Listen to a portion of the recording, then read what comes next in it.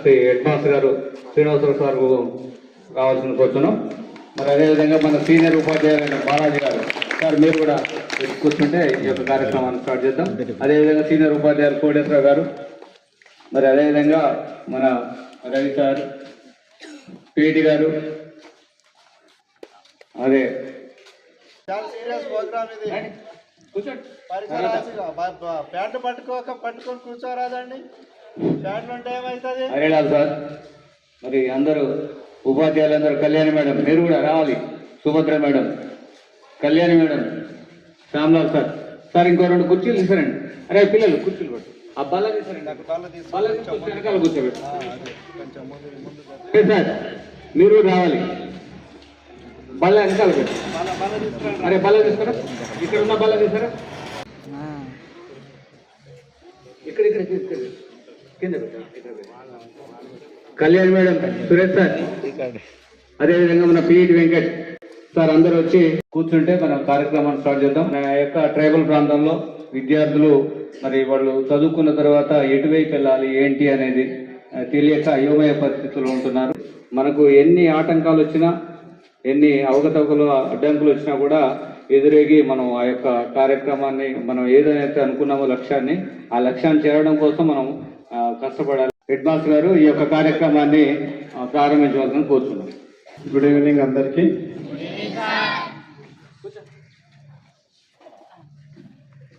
మన ఐటీడీఎఫ్ఈఓ గారు ప్రత్యేకమైన శ్రద్ధ తీసుకొని మన గిరిజన గ్రామాల్లో నివసిస్తున్నటువంటి మన విద్యార్థులందరికీ కెరీర్ మీద, అంటే చదువుతున్నాము, భవిష్యత్తులో మనం ఎలాంటి చదువులు చదవాలి, ఎలాంటి చదువులు చదివితే మనం ఉన్నత స్థానాలకి ఎదుగుతాము అనే విషయాలు మన గ్రామీణ ప్రాంతంలో చదువుతున్నటువంటి విద్యార్థులు ఎవరికీ తెలియట్లేదు. ఈ విషయాలను ముందుగానే చిన్న తరగతుల నుంచే కెరీర్ మీద అవగాహన కల్పిస్తే వీళ్ళు ఒక పద్ధతి ప్రకారంగా ప్లానెడ్గా చదివి ఒక లక్ష్యంతో దానికి వాళ్ళు ఏమి అవ్వాలనుకుంటున్నారో ఆ యొక్క లక్ష్యాన్ని చేరడం కోసం ఒక మార్గంగా ఈ యొక్క కెరీర్ గైడెన్స్ పనిచేస్తుందనే ఒక ముఖ్యమైన ఉద్దేశంతో ఈ కెరీర్ గైడెన్స్ ఈ ప్రోగ్రామ్ని మన గిరిజన సంక్షేమాశ్రమ పాఠశాల అన్నింటిలోనూ ప్రతి నెల 2వ శుక్రవారము, అదేవిధంగా 4వ శుక్రవారం క్రమం తప్పకోకుండా ఈ యొక్క కెరీర్ గైడెన్స్ పాఠ్యాంశాలు, అంటే ప్రతి వారం రోజుకు ఒక వారంలో మన క్లాసులో ఒక వృత్తి గురించి, ఆ వృత్తి ఎలా మనం ఇవ్వాలంటే ఏం చదవాలి, ఎలా చదవాలి, ఎట్లా ప్రిపేర్ అవ్వాలి, ఇప్పటి నుంచే ఏం ప్లాన్ చేసుకోవాలి అనే ఉద్దేశంతో నిర్వహించబడుతుంది. ఆయా వృత్తుల్లో మీరు రాణించాలంటే ముందుగానే ఈ గైడెన్స్ అనేది అవసరం అనే ఉద్దేశంతో ఈ యొక్క ప్రోగ్రామ్ని పిఓ గారు ప్రవేశపెట్టడం జరిగింది. అయితే వచ్చేసి వినిపోవటం కాదు, ఇక నుంచి ఈ రోజు వరకు సరే ఇలా కానివ్వండి, కంపల్సరీ మీరు కెరీర్ గైడెన్స్కి ఒక చిన్న నోట్స్ పెట్టుకోవాలి. అందరూ కూడా నోట్స్ తీసుకురావాలి. మేము ఏదైతే చెప్తామో అది మేమే చెప్పొచ్చు, లేదా బయట నుంచి వేరే మనకి మంచి పొజిషన్లో ఉన్న వ్యక్తుల్ని పిలిపించవచ్చు. వారు ఏం చెప్తారు అవన్నీ కూడా నోట్ చేసుకొని మీకు ఇష్టమైన రంగాన్ని, అంటే అన్ని రంగాల గురించి మనం ఇక్కడ చర్చించుకోవటం జరిగింది. ఇప్పటి నుంచి మొదలుకొని ఈ సంవత్సరం, ఈ విద్యా సంవత్సరం ముగించే వరకు కూడా ఈ కెరీర్ గైడెన్స్ క్లాసులు జరుగుతూనే ఉంటాయి. కాబట్టి వీటి గురించి క్షుణ్ణంగా నేర్చుకొని మీరు మంచి భవిష్యత్తుకి పునాదులు వేయాలని చెప్పేసి కోరుకుంటాం. ఆ క్రమంలోనే ఈరోజు మనకి కెరీర్ గైడెన్స్ ప్రోగ్రామ్ని ఈరోజు సెషన్ నిర్వహించాల్సిందిగా మన హిందీ ఉపాధ్యాయులు హరిలాల్ సార్ని సాధారణంగా ఆహ్వానిస్తున్నాం. మరి మీ యొక్క అమూల్యమైనటువంటి సందేశాన్ని ఈరోజు కార్యక్రమంలో భాగంగా మీ యొక్క సలహాలు, సూచనలు మా విద్యార్థులకు అందించాల్సిందిగా ఆహ్వానిస్తున్నాం. Welcome sir. దేని గురించి చెప్తున్నారు అని చెప్పి చెప్పండి. దాని గురించి క్షుణ్ణంగా ఇక మళ్ళీ ఇక వాళ్ళు డౌట్స్ ఉంటే తర్వాత. గౌరవనీయులైన మన ఐటీడీఏ పిఓ గారు, గౌరవ రాహుల్ గారు, పాఠశాల హెచ్ఎం గారు, అలాగే సీనియర్ ఉపాధ్యాయులు, నా తోటి ఉపాధ్యాయులందరికీ నమస్కారములు. నా ప్రియమైన చిన్నారి పిల్లలందరికీ కూడాను నా యొక్క దీవెనలు. ఈరోజు మనకు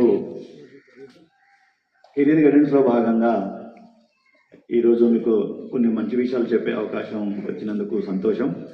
ముందుగా కెరీర్ అనగా, తర్వాత గైడెన్స్ అనగా ఏంటో చూద్దాం.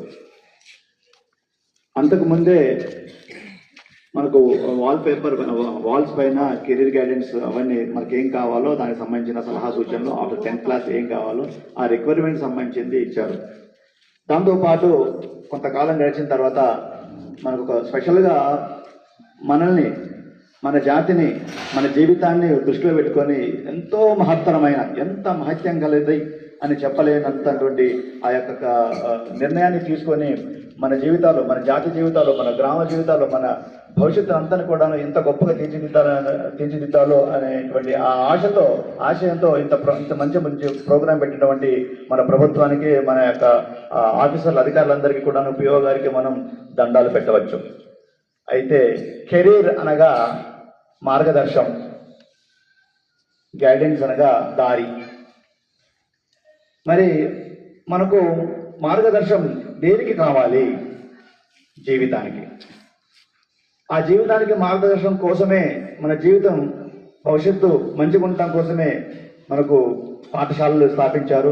పాఠశాలకు మీరు వచ్చారు, చదువుతున్నారు. రోజు దగ్గర 10 నుంచి 15 మంది ఉపాధ్యాయులు నిరంతరం దైవంలాగా, కన్న తల్లిలాగా కాపాడుతున్నారు. దేనికి?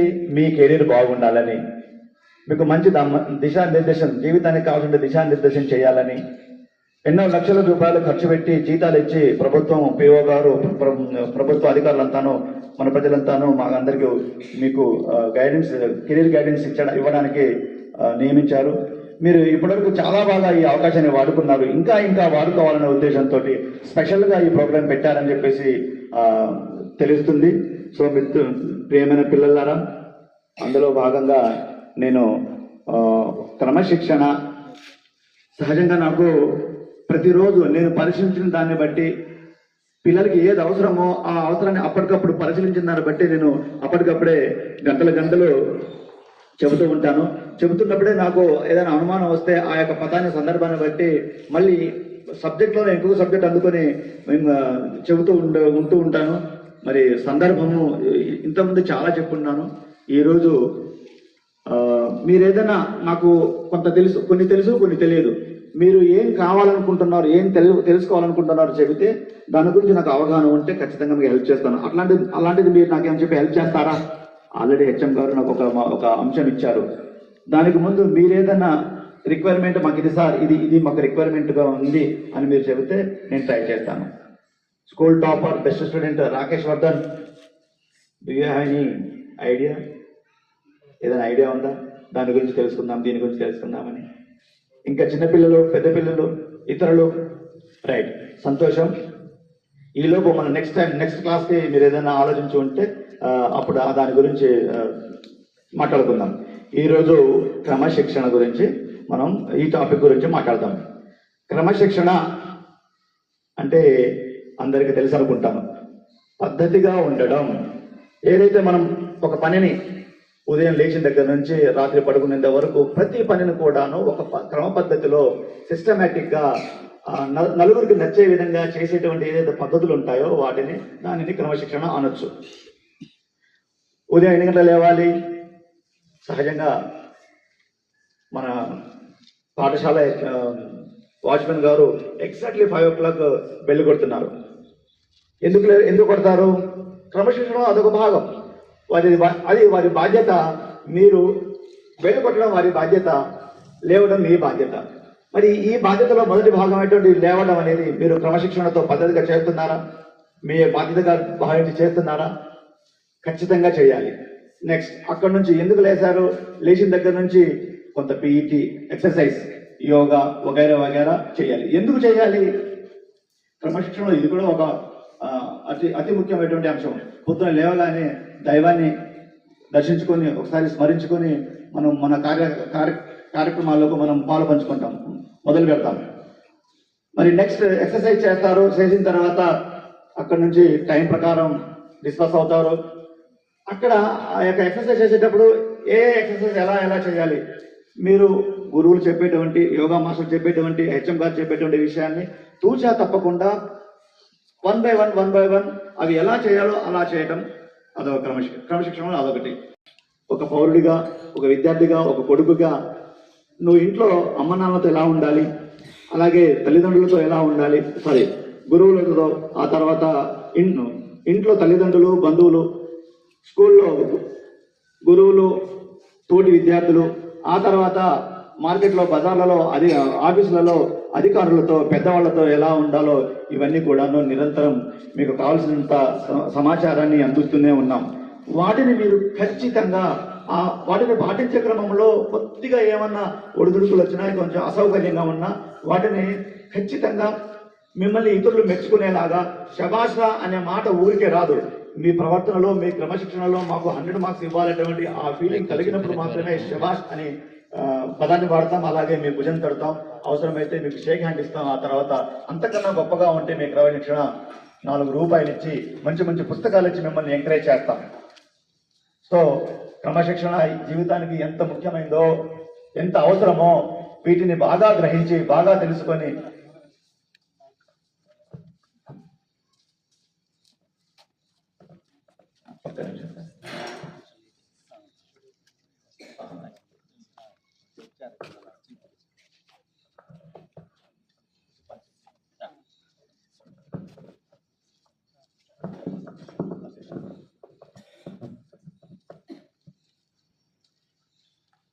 ఈ మొదటి కెరీర్ గైడెన్స్ ప్రోగ్రామ్కి ఆహ్వానించిన వెంటనే ఇచ్చేసినటువంటి నక్క కృష్ణ గారికి మా పాఠశాల తరఫున స్వాగతం పలుకుతూ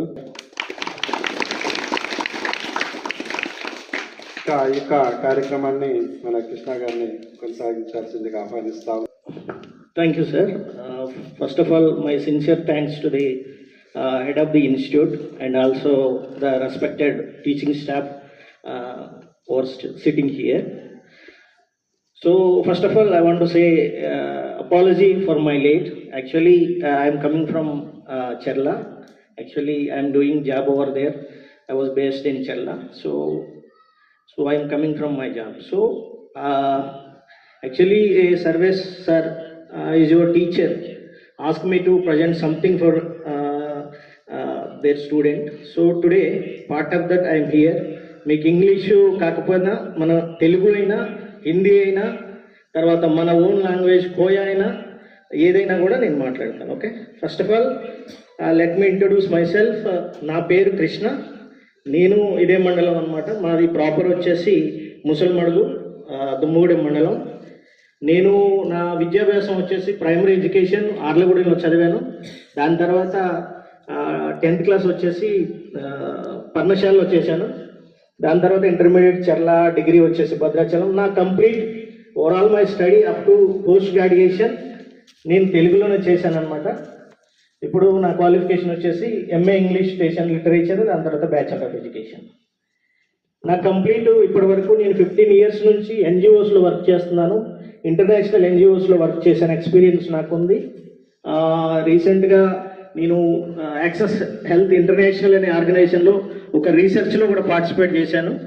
దాని తర్వాత ఇప్పుడు ప్రస్తుతం ఒక project ITDA PO initiated BRLF అని భారత్ రూరల్ లైవ్లీహుడ్ ప్రాజెక్ట్స్ అని చెప్పేసి దాంట్లో నేను ప్రోగ్రామ్ ఆఫీసర్గా చెరలో వర్క్ చేస్తున్నాను.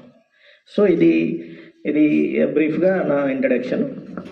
సో ఈరోజు ఇక్కడికి నన్ను పిలిపించిన ముఖ్య ఉద్దేశం ఏంటంటే, మీరందరూ కూడా ఇప్పుడు లేకపోతే మీరు ఓన్గా without any seeing any incident you will prepare your self motivation. మీకు ఏదో ఒక మోటివేషన్ అనేది, స్ఫూర్తి అనేది ఉండే ఉంటుంది. ఎవరైనా చెప్పగలరా? ఒక్కరు ఎవరైనా నాకు ఈ వ్యక్తి ద్వారా నాకు నేను ఇన్స్పైర్ అయ్యాను, ఇది చూశాను, అది అవ్వాలనుకుంటున్నాను, ఇలాంటి ఆలోచనలు మీ 10th క్లాస్ నుంచి ఎవరైనా ఒక్కరికి ఉన్నాయా? అంటే నువ్వు తెలుగు సబ్జెక్ట్ ఇష్టపడుతున్నావు కదా, కానీ నీ డ్రీమ్ ఏంటి? సాఫ్ట్వేర్ ఇంజనీర్ అవ్వాలనుకుంటున్నావు. సో సాఫ్ట్వేర్ ఇంజనీర్ అనేది ఇట్స్ కంప్లీట్లీ విత్ స్టాటిస్టిక్స్, లెక్కలు, తర్వాత సాంకేతికత, ఫిజికల్ సైన్స్. సో ఇలాంటి అనేది ఆ జాబ్ బిహైండ్ ఉంటాయి. సరే, anyway you have a goal. So అలాగే సిడమ్ ప్రతి ఒక్క స్టూడెంట్కైనా, ప్రతి ఒక్క మనిషికైనా ఏదో ఒక స్థాయిలో ఏమొస్తుంది, ఇప్పుడు నేను ఏ విధంగా నా యొక్క జర్నీని డిజైన్ చేసుకోవాలి. ఆ టైం అనేది ఇది.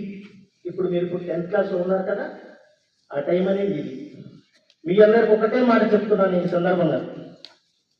ఇప్పుడు ప్రపంచాన్ని లీడ్ చేస్తున్న టెక్నాలజీ కనిపెట్టిన సైంటిస్టులు కావచ్చు, ఇప్పుడు ప్రపంచంతో జేజేలు పలికించుకుంటూ మొత్తం ప్రపంచవ్యాప్తంగా పాపులర్ అయినటువంటి వ్యక్తులు కావచ్చు, మీరు ఒక హీరో అంటే, లేదంటే ఒక సైంటిస్ట్ అంటే, ఒక గొప్ప వ్యక్తి అంటే మీరు గోడల మీద ఫోటోలు పెట్టుకునే వ్యక్తి కావచ్చు, ఎవరైనా కావచ్చు, ప్రపంచంలో గుర్తించబడి విజయం సాధించబడి గొప్పవారిగా ఇప్పుడు మనం చెప్పుకుంటున్న ప్రతి ఒక్కరు కూడా ఒకప్పుడు మీలాగే ఇదే ప్లేస్లో చదువుకుని వెళ్ళినటువంటి స్టూడెంట్స్ అని మీరు గుర్తుంచుకోవాలి. వాళ్ళు ఎక్కడ పైనుంచి రాలేదు. గొప్ప వ్యక్తి ఎవరు కూడా ఎక్కడ దేవుడు క్రియేట్ చేసిన ఏ వ్యక్తి ఏమి కాదు.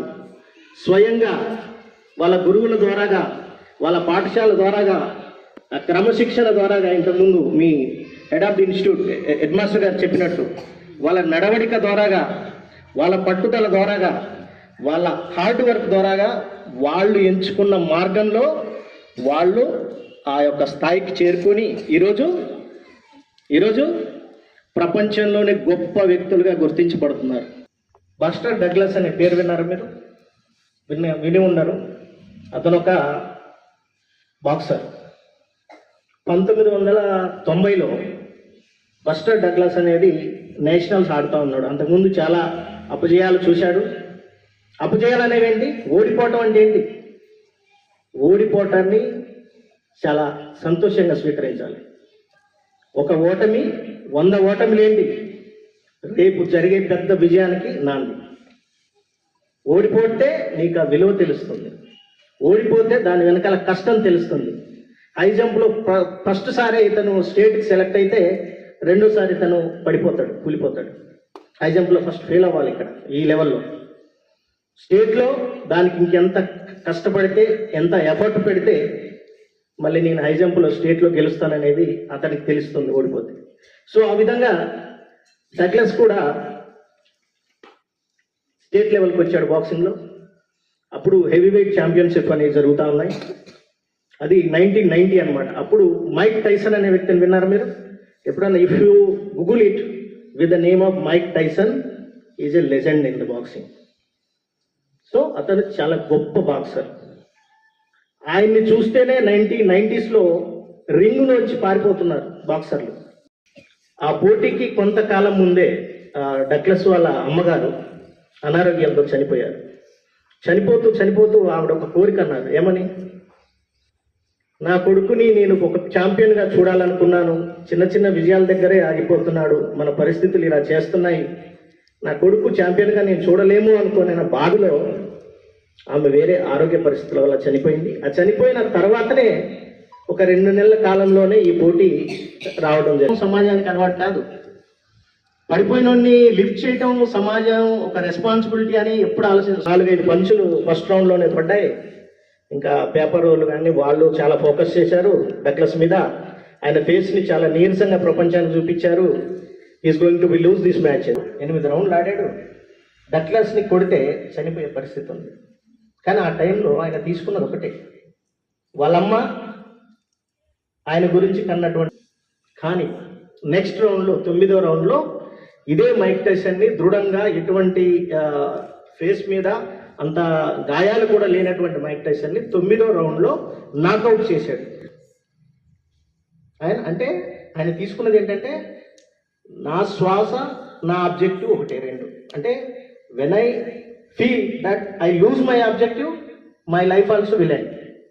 నేను ఎప్పుడైతే నా శ్వాసని వదిలేస్తున్నానో నా యొక్క లక్ష్యాన్ని కూడా అదే రోజు వదిలేస్తున్నా అనేటువంటి ఒక మెంటల్గా తను మానసికంగా చాలా దృఢంగా ఆ యొక్క ఆలోచన తీసుకున్నాడు. కాబట్టి ఆ రోజు పెద్ద సెన్సేషనల్ న్యూస్ అయింది. డగ్లస్ గెలిచాడు, మైక్ టైసన్ ఓడిపోయి పరాజయంతో రిఫరీలో మ్యాచ్, దాని తర్వాత జరిగినటువంటి మ్యాచ్లో రిఫరీని కొట్టి జైలు పాల్గొడాడు.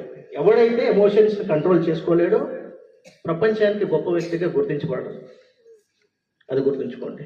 సో ఈ విధంగా నేను ఏమంటున్నా అంటే ఈ స్టేజ్లో as a 10th class students మిమ్మల్ని 15 years రేపు ఇంటర్మీడియట్కి వెళ్తున్నారు. ఈ ఆధునిక ప్రపంచంలో, ఈ టెక్నికల్ వరల్డ్లో ప్రతి ఒక్కటి మిమ్మల్ని అట్రాక్ట్ చేయాలని చూస్తుంది. ప్రతి ఒక్కటి ఇప్పుడున్న ఏ టెక్నాలజీ కూడా మీ బాగు కోసం, మీ లైఫ్ని ఒక మంచి అభివృద్ధి కోసం, నీ సెల్ఫ్ రెస్పెక్ట్గా, లేదంటే ఒకటి సాధించడం కోసం ఉపయోగపడేటివి చాలా తక్కువ ఉన్నాయి. అవి ఎడ్యుకేషన్. ఎవరు మీరు ఎప్పుడు కూడా ఎట్లుండాలా? థ్యాంక్ఫుల్గా ఉండాలి. ఎవరికి? తర్వాత మీ తల్లిదండ్రులకి. ఓకే, మీ తల్లిదండ్రులు ఏం ఆలోచిస్తారు మీ గురించి? 500 ఉంటే అయ్యో నా కొడుకు సెలవులకు వస్తున్నాడు కదా, వాడికి ఏదైనా కొనివ్వడానికి 500 ఉంచుకుందామంటారు. వాళ్ళకి కూర అంటే ఏదైనా కూరగాయలు కొనడానికి డబ్బులు లేకపోయినా 500 ఏం చేస్తారు? మీరు ఇక్కడ హాస్టల్లో భోజనం చేస్తున్నారు కదా, మరి మీకోసం అన్కండిషనల్ లవ్. తల్లిదండ్రులు మిమ్మల్ని ఎటువంటి కండిషన్స్ లేకుండా ప్రేమిస్తారు. నువ్వు చెడ్డోడివైనా చూస్తారు, మంచోడివైనా చూస్తారు. కానీ నువ్వు అదే తల్లిదండ్రులకి ఏ విధంగా నువ్వు ఉంటున్నావు అనేది, నీ ప్రవర్తన ఏ విధంగా ఉంది, ఈ ఏజ్లో నువ్వు ఏం కష్టపడుతున్నావు, హాస్టల్లో ఉండి ఏం చదువుతున్నావు అనేది కూడా you have to think your self. మీకు ఆలోచించండి. ప్రతి మనిషికి ప్రతి స్థాయిలో కొన్ని బాధ్యతలు ఉంటాయి. ఈ టైంలో మీ బాధ్యత ఏంటి? చదువుకోవడం అనే చిన్న మాట కాదు. ఇప్పుడున్న బాధ్యత ఏంటి? 2 నెలల్లో వచ్చేదేంటి? నువ్వు వాళ్ళు చెప్పిన సూచనలన్నీ పాటించాలి. అప్పుడు మాత్రమే. కానీ ఎప్పుడు కూడా ఒక్కటి ఆలోచించండి, లైఫ్లో నీకు నువ్వు దాటిపోయేటువంటి తనం, కాంప్రమైజ్ అయ్యే తనం పెంచుకోవద్దు. Don't build up in your character that I can compromise in this. దేంట్లో కాంప్రమైజ్ కావాలి? మీ తల్లిదండ్రుల యొక్క పరిస్థితులను అర్థం చేసుకోవడంలో మీరు కాంప్రమైజ్ కావాలి. మీ అక్కకో చెల్లెకో ఏదన్నా ఇచ్చేటప్పుడు, ఒక పెన్ను నీ దగ్గర ఉన్నది ఏదన్నా ఇచ్చేటప్పుడు ఆ విషయంలో కాంప్రమైజ్ కావాలి. కానీ నీ జీవితానికి ఏదైతే ఆబ్జెక్టివ్ అనుకుంటున్నావో, ఏదైతే లక్ష్యంగా నువ్వు తీసుకున్నావో ఆ విషయంలో ఎక్కడ కాంప్రమైజ్ కావద్దు.